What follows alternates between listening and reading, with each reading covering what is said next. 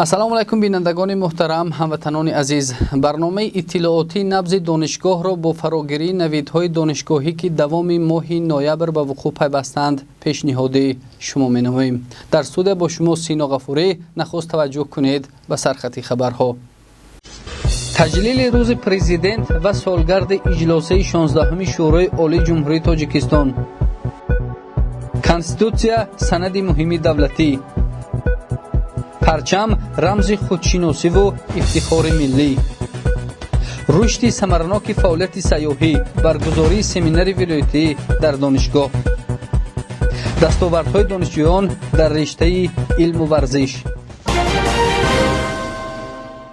روز پرزیدنت جمهوری تاجیکستان رمز صداقت و وفاداری به وطن، پرزیدنت و ملت بوده. در سطح بلند تشکیلی و غایوی برگزار نمودن آن نشانه شکرگزاری از آزادی و صاحب اختیاری و احترام گذاشتن به ارزش‌های دولتداری و صاحب استقلالی ارزیابی می‌گردد. به افتخار روز پرزیدنت و سالگرد اجلاس تقدیرساز در دانشگاه دولتی حقوق بیزنس و سیاست تاجیکستان سلسله چاره‌بینی‌ها تشکیل و برگزار گردیدند. گزارش اولین برنامه از رفت چاره‌بینی‌های تنتنوی معلوماتی بیشتر می‌دهد. پرزیدنت ما افتخار ما. تحت این عنوان در دانشگاه دولتی حقوق بیزنس و سیاست تاجیکستان کنفرانسی علمی و مجلس تنتنوی به افتخار روز پرزیدنت جمهوری تاجیکستان برگزار گردید. در چاره‌بینی ریاست هیئت پروفسوران و استادان و دانشجویان، اینچنین یک قطار مهمانان، نمایندگان مقامات اجرایی حاکمیت دولتی ولایت سوغد و شهر خوجند، ریاست جوانان و ورزش ولایت سوغد، معاون رئیس کمیته اجرایی حزب خلق دموکراتی تاجیکستان در ولایت سوغد اشتراک و برآمد کردند. باعث افتخار است که پیشوای معظم ملت همچون سیاستمدار سطح جهانی با موقع استوار و متانت بی‌نظیر پاسداری تاریخ و تمدن فرهنگ کهن‌بنیاد دیروز و امروزه ملتمان نه تنها خلق تاجیک را به آرامی و آسایشتگی رسانیدند، بلکه در ثبات تمام منطقه نیز سهم بزرگ گذاشتند، گفت رکتور دانشگاه پروفسور مومن شریفزاده ضمن سخنرانی در چاره‌بینی تنتنوی. همچنین علاوه شد که با روز اجلاس 16 شورای عالی جمهوری تاجیکستان توأم آمدن این صنایع فرخنده رمزی است، زیرا در همین اجلاس تاریخی سرور دولت انتخاب گردیده در بنیاد نظام دولتداری تاجیکستان صاحب استقلال برقراری ساخت کنستیتوسیونی به دست آمدن صلح و وحدت ملی سهمی بی‌نظیر گذاشتند. ملت را از پراکندگی، دولت را از نیستشوی و خلق را از جنگ شهروندی رها کرده در مجموع برای رشد سیاسی، اقتصادی و اجتماعی و تاریخی و فرهنگی تاجیکستان خدمت‌های بزرگ انجام دادند. در ادامه مهمانان و استادان دانشگاه برآمد کرده پیرامون حیات و فعالیت و زحمت‌های پیشوای ملت در روند بنیادکاری و سازندگی و از دولت جنگ زده به کشوری واحد و ترقی یافته تبدیل دادن تاجیکستان معروضه کردند. پرزیدنت حامی حقوق و آزادی انسان، معرفی‌گر دولت و ملت، معرفی‌گر کشوری صاحب استقلال ما تاجیکستان در عرصه جهانی هستند. می‌سزد که امروز ما به خدمت‌های بزرگ پیشوای ملت سربلندانه و با افتخار ارج‌گذاری کنیم، زیرا مس جناب عالی در یک مرحله‌های خیلی حساس کشور انیخترش در اجلاسی تاریخی 16 شورای عالی جمهوری تاجیکستان که کشور ما را یک فضای خیلی نامساعد جنگ شهروندی فرا گرفته بود، زمام دولتداری را بر دوش گرفتند و واقعاً به آن سخنهای نیک و هدایت آفر، سخنهای باوری بخشی که برای مردم بیان داشته بودند آن را صادقانه و صافدلانه با سرجمعی مردم عملی کردند که امروز ما به این روزی با سعادت، به این روزی شایسته مشرف گردیدیم. در قسمت بعدی مجلس تنتنوی به افتخار روز پرزیدنت جمهوری تاجیکستان کارمندان و استادان با کمک‌پولی‌های ریاست دانشگاه، یک زمره با سپاسنامه‌های ریاست جوانان و ورزش ولایت، برخی از دانشجویان غالبان آزمون المپیاد و مسابقه‌ها با افتخارنامه و تحفه‌های ریاست دانشگاه قدرشناسی شدند. کنفرانسی علمی و چاره‌بینی تنتنوی بخشیده به روز پرزیدنت با شعر و سرودخوانی دسته سازی و آوازی آشیان مهر نزد دانشگاه به انتها رسید.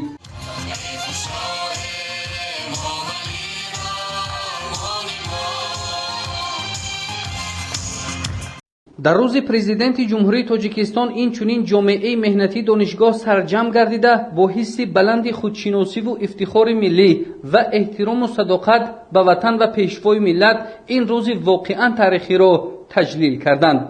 استادان و دانشیان دانشگاه در دست شعار و آویزه‌های وطندوستانه، پرچم و عکس‌های سرور خود به حسن چاره‌بینی تراوت دیگر زم کردند. همزمان به مناسبت روز پرزیدنت و سالگرد اجلاس 16 شورای عالی جمهوری تاجیکستان در کافدرا و فاکولتت‌های دانشگاه یک قطار چاره‌بینی‌های گوناگون از قبیل میزهای مدور و سمینار، چاره‌بینی‌های تربیوی و کنفرانس‌های علمی و درس‌های کشاد تربیوی برگزار گردیدند. در چاره‌بینی‌ها استادان و دانشیان دانشگاه در موضوعهای پیشوای ما، افتخار ما، اجلاس تقدیرساز ملت، پرزیدنت جمهوری تاجیکستان کفیل صلح و ثبات و رشد درخشان تاجیکستان صاحب استقلال، نقش پیشوای ملت در تحکیم استقلالیت دولتی و احیای فرهنگ، تاریخ و تمدن تاجیکان معروضه ها ارائه کردند. در رفت چاره‌بینی ها کار و فعالیت ماندگار سرور دولت مفصل توسط نوارها پیشنهاد اشتراکیان گردید. دانشجویان با قرائت شعر و گفتارهای وطندوستانه پیروی اصیل پیشوای ملت بودن خویش را نشان دادند. نمایش کتاب و اثرهای پیشوای ملت نیز ضمن برگزاری چاره‌بینی ها راه اندازی کرده شد. چاره‌بینی های مختلف با مقصد احترام و گرامی داشت زحمت های پیشوای ملت محترم امام علی رحمان و پیروی به کار و پیکار ماندگارشان راه اندازی گردید. روز 6 نوامبر سال 1994 در تاریخ جمهوری تاجیکستان واقعه بزرگ به وقوع پیوست. خلق تاجیک در تاریخ بیش از 1000 ساله دولتداریش بار اول کنستیتوسیون جمهوری تاجیکستان را با راه رایپرسی عمومی خلقی قبول کرد. اشتراک فعالانه ساکنان کشور در این معرکه مهم سیاسی یکی از دستاوردهای بزرگ و پیروزی دموکرات در تاجیکستان می باشد. به استقبال روز کنستیتوسیون جمهوری تاجیکستان در دانشگاه کنفرانس و ملاقات ها دایر گردیدند. همه ساله سنه 6 نوامبر در مملکت روز کنستیتوسیون تجلیل کرده می شود. به این مناسبت در کافدر و فاکولتت‌های دانشگاه دولتی حقوق، بیزنس و سیاست تاجیکستان چاره‌بینی‌های سیاسی و علمی و تربیوی برگزار گردیدند. نقش کنستیتوسیون در تشکل مرحله نوی دولتداری تاجیکستان عنوان داشت کنفرانسی علمی نظری دانشگاهی که راجع به خصوصیت‌های کنستیتوسیون جمهوری تاجیکستان، کفالت آن در حمایت حقوق آزادی‌های انسان و تنظیم کنستیتوسیونی حقوق انستیتوت مالکیت ذهنی در جمهوری تاجیکستان معروضه‌ها ارائه گردیدند. به این مناسبت با تشبث کافدر حقوق کنستیتوسیونی فاکولتت حقوقشناسی آزمون دانندگان بهترین کنستیتوسیون در 2 دوره محفل علمی حقوقشناسان بین‌المللی تحت موضوع کنستیتوسیون جمهوری تاجیکستان کفیل حفظ حقوق و منفعت‌های شهروندان در فاکولتت‌های مالیه، بیزنس اداره‌کنی، فاکولتت سیاستشناسی چاره‌بینی‌های علمی و تربیوی برگزار گردیدند. تحت موضوع کنستیتوسیون جمهوری تاجیکستان کفیل حفظ حقوق و منفعت‌های شهروندان در فاکولتت‌های مالیه، بیزنس اداره‌کنی، سیاستشناسی و مناسبت‌های بین‌الخلقی چاره‌بینی‌های علمی و تربیوی برگزار گردیدند. کمیته اجرایی حزب خلقی دموکراتیک تاجیکستان در ولایت سوخت در همکاری با ریاست دانشگاه دولتی حقوق، بیزنس و سیاست تاجیکستان تصمیم گرفت که با دانشجوی دخترکان فعال دانشگاه مذکور بخشیده به روز کنستیتوسیون جمهوری تاجیکستان میز مدور برگزار نماید. هدف اساسی برگزار نمایی میز مدور مذکور این بار دیگر برای دانشجویان فهمیدن مضمون محتوای کنستیتوسیون جمهوری تاجیکستان است و آن سندهای معیاری حقوقی که امروز از کنستیتوسیون جمهوری تاجیکستان سرچشمه میگیرد. با جلب زنان و بانوان فعال ولایت نیز با افتخار روز کنستیتوسیون در دانشگاه میز مدور دایر گردید. اشتراکچیان میزگیر پیرامون نقش کنستیتوسیون در حیات جمعیتی، حفظ و گرامی داشت این سنه تاریخی و بختنامه ملت اظهار نظر کردند. در چاره‌بینی‌های مختلفی دایر گردیده به مناسبت روز کنستیتوسیون بار دیگر تاریخ کنستیتوسیون و ماهیت این سند مقدس یادرس شده. تاکید گردید که کنستیتوسیون قانون اساسی دولت، عنصر اساسی نظام حقوقی کشور، زمینه ایجاد و تکمیل منبعده قانونگذاری، معین سازنده دورنمای پیشرفت جامعه و دولت می باشد. پرچم یکی از رمزهای اساسی و مقدس دولتداری ملی به حساب رفته مردم شریف تاجیکستان هر سال سنه قبول آن را با حس افتخار از وطن مقدس خود و دولت صاحب استقلال خیش تجلیل می نمایند. به افتخار این رکن مهم دولتی در دانشگاه دولتی حقوق بیزنس و سیاست تاجیکستان یک زمره چاره‌بینی ها دایر گردیدند که گزارش نوبتی برنامه از رفت آنها معلومات می دهد. امروز برای ملت صاحب تمدن تاجیک پرچم سرچشمه نیرو و توانمندی در راه سازندگی و بنیادکاری و سرمایه غرور و افتخار ملی می باشد. ابراز داشت رکتور دانشگاه دولتی حقوق بیزنس و سیاست تاجیکستان پروفسور مومن شریفزاده ضمن چاره‌بینی تنتنوی به افتخار روز پرچم ملی که در مجلسگاه دانشگاه برگزار شد. علاوه گردید که پرچم دولتی ساکنان کشور ما را در میدان آبادانی و سازندگی وطن متحد نموده حس ملی، افتخار وطنداری و خودشناسی و خودآگاهی آنها را توسعه و تقویت می‌بخشد. در ادامه مدیر شعبه رشد اجتماعی و رابطه با جامعه دستگاه رئیس ولایت سوخت تاجیبای سلطانی نامه شادباشی رئیس ولایت را به مناسبت روز پرچم ملی به سمع اشتراکیان رسانید. قید شد که محض با پرافشانی این رمز مقدس ما حالا پایه‌های دولت صاحب استقلال ما را تحکیم بخشیده برای به یک ملک آباد و پیشرفته تبدیل دادن تاجیکستان محبوبمان سعی و تلاش کرده ایستادیم. قابل ذکر است که سالهای اخیر بنیاد میدان پرچم دولتی و پرافشان نمودن این رمز مقدس در مرکز ولایت‌ها و شهر و ناحیه‌های کشور ادامه دارد. همچنین رئیس کمیته اجرایی حزب خلقی دموکراتی تاجیکستان در ولایت سوخت اسماعیل زاده ظفر مرتضی‌خان برآمد کرده ذکر داشت که پرچم دولتی خصوصا برای جوانان تاجیکستانی عزیز عامل سرفرازی بوده. آنها در همه جبهه‌ها زیر این رمز دولتی متحد می‌شوند و اقدامات شایسته وطن دوستانه را از جمله در حمایت وطن محبوب و دفاع هر وجب خاک مقدس آن با هوشیاری و زیرکی عملی می نمایند.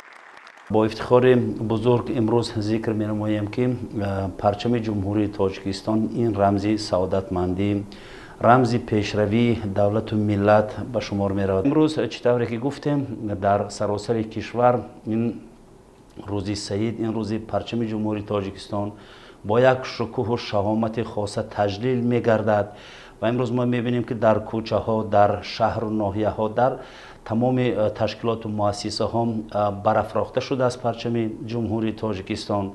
این از اقتدار و این از بزرگی دولت ما، ملت ما، فرهنگ دولت ما، عاید ارج گذاشتن، احترام گذاشتن به رمز مقدسات دولت ما را نشان می‌دهد.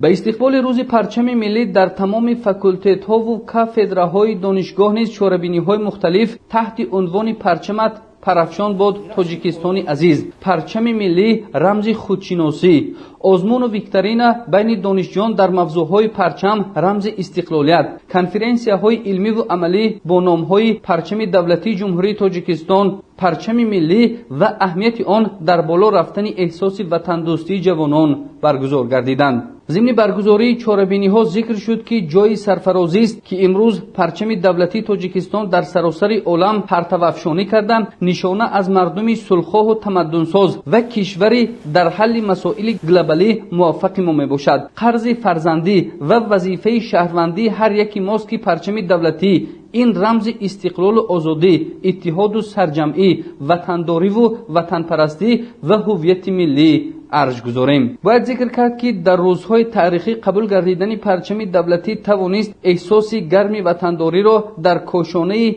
قلب هر فرد صاحب دل بیدار سازد و ما را به فردای درخشان راهنمون نماید. مردم شریف سربلند ما بخصوص نسل آینده ساز ملت باید از پرچم دولتی خود افتخار کنند و آن را چون رمز پایداری و بقای مملکت احترام نمایند. سپس یک قطار کارمندان و استادان برای خدمت‌های نظررس با افتخارنامه و مبلغ‌های پولی و دانشجویان، غالبان آزمون گیرندگان استیپندی ریاست دانشگاه، غالبان دور دانشگاهی و ولایتی آزمون دانشجوی سال 2020 و غالبان آزمون و مسابقه‌های ورزشی با سپاسنامه و مبلغ‌های پولی ریاست دانشگاه و چندی از کارمندان و استادان دانشگاه صاحب عنوان اعلاچی معارف و افتخارنامه‌های وزارت معارف و علم کشور شدند. هنرنمایی اعضایان دسته سازی و آوازی آشیان مهری نزد ریاست دانشگاه به چاره‌بینی تنتنوی حسن انجام بخشید. ای نوای عالی آمد از همه بالا،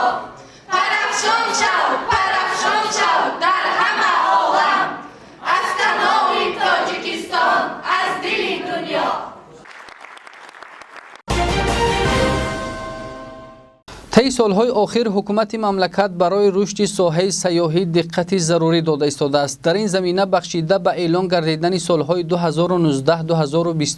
سالهای رشد دهات، سیاحی و هنرهای مردمی در مجلسگاه دانشگاه سمیناری آموزشی ولایتی در موضوع رشد ثمرناک فعالیت سیاحی برگزار گردید.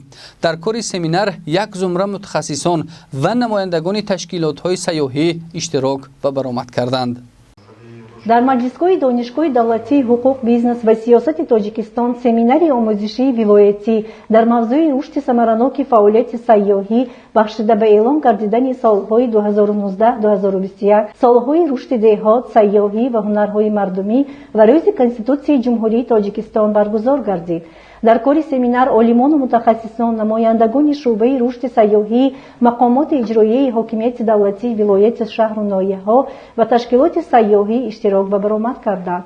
رектор دانشگاه دولتی حقوق بیزنس و سیاست تاجیکستان پروفسور مومین شریفزاده چهاربینی را افتتاح نموده ابراز داشت که هدف اساسی سیاست دولتی در ساحه سیاحی تامین شرایط مساعد حقوقی برای تشکیل ثمربخش سوبیکت‌های فعالیت سیاحی در جمهوری تاجیکستان میباشد که امکانیت را برای قانع‌گردانی طلبات شهروندان داخلی و خارجی به خدمت‌رسانی گوناگون و صفتناک ساحه تامین مینماید. در ادامه دکان فاکولته سیاست شناسی و مناسبت‌های بین‌الخلقی منیره اکمالова در موضوع رشد سیاحی در جمهوری تاجیکستان، دیرکتور تشکیلات جمعیتی اساسیاسیون ترقیات سیاحی زرافشان جمشید یوسوپов در موضوع امکانیت‌های تشکیل خطسرهای نو سیاحی در ولایت، هنرمند کندالنگاری در شهر اسفاره سلیمان سلطانов در موضوع تجارت کنونی مال و محصولات هنرمندی طریق آنلاین فروش معروضه‌ها ارائه کردند. قید گردید که شرایط گوناگون طبیعی، موجودیت یادگاری‌های تاریخی معماری به ما امکان می‌دهد که در تاجیکستان ساحه سیاحی را انکشاف داده در غنی گردانیدن بودجه دولت و بهتر نمودن سطح نیکواحوالی مردم سهم گذاریم. باعث سرفرازی است که با تشبث اساسگذار صلح و وحدت ملی پیشوای ملت پرزیدنت جمهوری تاجیکستان محترم امامعلی رحمان سالهای 2019-2021 سال رشد دهات، سیاحی و هنرهای مردمی اعلام گردید. این اقدام شایسته به رشد ساحه سیاحی، معرفی امکانیت‌های سیاحی مملکت در داخل و خارج کشور، احیا و رشد هنرهای مردمی، بهتر گردیدن سیمای سیاحی وطنمان، هوسمندی بخش خصوصی برای فعالیت در ساحه سیاحی و جلب سرمایه و اینفراستراکتور ساحه مساعدت می‌نماید. علاوه شد در ادامه سمیناری آموزشی ولایتی در موضوع رشد ثمرناک فعالیت سیاحی با سوال و جواب و محاکمه‌رانی آید به موضوعهای مطرح گشته به انتها رسید. دوام ماه جاری دور دانشگاهی آزمون‌های ولایتی دانشجوی سال 2020 و آزمون گیرندگان استیپندی ریاستی دانشگاه برگزار گردید. دانشجویان فعال از روی نامیناسیا و طلبات نظامنامه‌های آزمون‌های مذکور بین هم رقابت کردند. گزارش نوبتی برنامه ادامه بخش این موضوع است.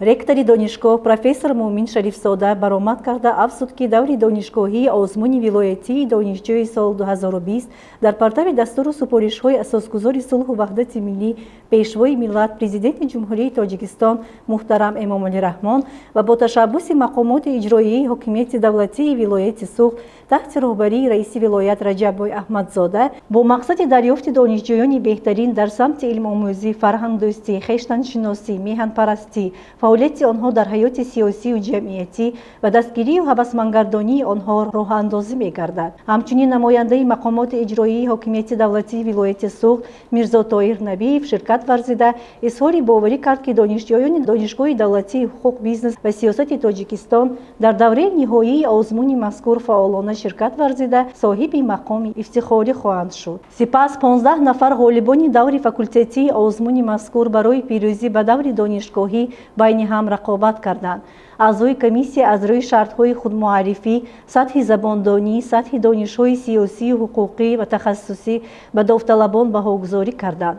در نتیجه دانشجوی سال سیوم فاکولتت بیزنس و اداره‌کنی اصلیه عبداللهیوا سزاوار جای اول، دانشجوی سال چهارم فاکولتت مالیه جهانگیر فتح‌الله‌زاده با گرفتن مقام دوم و دانشجوی سال دوم فاکولتت حقوق‌شناسی رستم قاریف با گرفتن جای سیوم آزمون سرفراز گردیدند. دانشجویان نامبرده و دانشجویان سزاوار خالهای زیاد گردیده به دور ولایتی آزمون مذکور راه یافتند. همچنین در دانشگاه دانشجویان در آزمون گیرندگان استیپندی ریاست دانشگاه اشتراک نموده دانش و مهارت و ملکه خویش را از روی 4 نامیناسیا سنجیدند. هیئت یکمان با نظرداشت طلبات نظامنامه به اشتراکچیان بهاگذاری نموده غالبان را معین کردند. در نتیجه 44 نفر دانشجویان فعال دانشگاه با گرفتن استیپندی ریاست دانشگاه مشرف گردیده در وضعیت تنتنوی به آنها شهادتنامه و ادرارپوله‌های ریاست دانشگاه تقدیم کرده شد. ادامه برنامه اطلاعاتی نبض دانشگاه. در مجلسگاه دانشگاه دولتی حقوق بیزنس و سیاست تاجیکستان معرفی لایحه‌های جوانان در برنامه صاحبکاری اجتماعی پیشصف نزد پارک تکنولوژی دانشگاه برگزار گردید. معرفی لایحه‌ها در رژه آنلاینی جریان گرفت. ادامه موضوع در گزارش نوبتی برنامه. با مقصد تشکل دادن ملکه‌های انتقال شونده، فراهم آوردن امکانیت و توجه به جوانان نوآوران و اختراعکار در نزد لابراتوری اینواسیونی و پارک تکنولوژی دانشگاه دولتی حقوق بیزنس و سیاست تاجیکستان برنامه پیشصف عمل می‌نماید. برنامه مذکور روش‌های پیشرفته را به رشد جوانان و نورسان با نوآوری‌ها و صاحبکاری اجتماعی آموزش می‌دهد. برنامه پیشصف در همکاری با دفتر خزینه کودکان سازمان ملل متحد عملی گردیده ایستاده است. در مجلسگاه دانشگاه دولتی حقوق بیزنس و سیاست تاجیکستان معرفی لایحه‌های جوانان در برنامه صاحبکاری اجتماعی پیشصف برگزار شد.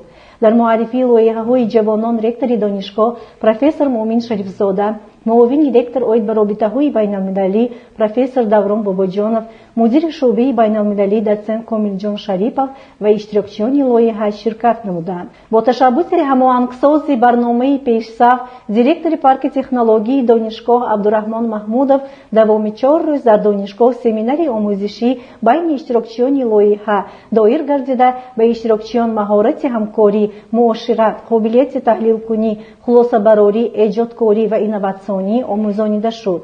در جنبست سمیناری آموزشی لایحه‌های آماده کرده 11 دسته در علایدگی پیشنهاد گردید.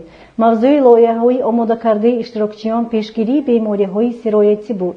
معرفی لایحه‌ها طریق آنلاین پیشنهاد شده از جانب هیئت حکمان، نمایندگان شرکت‌های پیم کنسالتینگ، گیس یورگن بورد، سرور تشکیلات تاچپارت عزیزجان عظیمی، دیرکتور تشکیلات الف اکادمیا زرینه رجبova و هماهنگساز برنامه پیشصف موزونه نورخانова بهاگذاری گردیدند. هیئت حکمان با نظرداشت اکتوالی بودن موضوع لایحه‌ها، نوآوری در تهیه و عملی شونده بودن لایحه‌ها بهای بلند دادند و اشتراکچیان فعال لایحه‌ها سرتیفیکات برنامه پیشصف تقدیم کرده شد.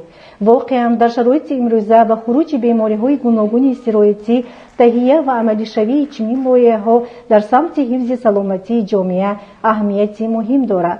برنامه پیشصف به جوانان امکان می‌دهد که مشکلات جامعه خود را معین کنند و برای حل آنها راه‌های حل صاحبکاری را ایجاد سازند. دوام ماه نوامبر دانشجویان دانشگاه در چندین آزمون و مسابقه‌های جمهوریوی و ولایتی شرکت نموده سزاوار مقام افتخاری گردیدند. دانشجوی سال دوم فاکولتت حقوق شناسی دانشگاه رستم قاریف در رویه فن‌های گومینیتری آزمون ولایتی دانشجوی سال 2020 سزاوار جای اول و منیژه هدایت و در رویه مذکور به گرفتن مقام دوم شرفیاب شدند. دانشجوی بخش سیوم فاکولتت بیزنس و اداره‌کنی اصلیه عبداللهیوا باشد در رویه فن‌های دقیق سزاوار جای دومی آزمون ولایتی دانشجوی سال 2020 دانسته شد. در رشته ورزش باشد، دانشجوی سال اول فاکولته حقوق شناسی حسن جان تویچیف در مسابقه جمهوریوی از روی نمود گوشتین یونانی و رومی بین جوانان سال تولدشان 2003 به گرفتن جای اول شرفیاب شد. حسن جان تویچیف در وزن 87 کیلوگرم در مسابقه کشاد مکتب مهارت عالی ورزشی ولایت سوغد نیز به همه رقیبانش دست بالا شده به گرفتن مقام اول کامیاب گردیده بود. همچنین دانشجوی دیگری دانشگاه رستم جان یوسف در مسابقه جمهوریوی از روی نمود باکس بین جوانان سال تولدشان 2002-2003 به گرفتن جای اول و دیپلم مسابقه دستیاب شد. هموطنان عزیز، این بودند خبر و گزارش ها که دوام ماه نوامبر در دانشگاه دولتی حقوق بیزنس و سیاست تاجیکستان به وقوع پیوستند و آن را منظور شما نمودیم. شما می توانید خبر و گزارش های ما را از سامانه رسمی دانشگاه مطالعه نمایید. خیر شد، موفق و سربلند و خانه آباد باشید.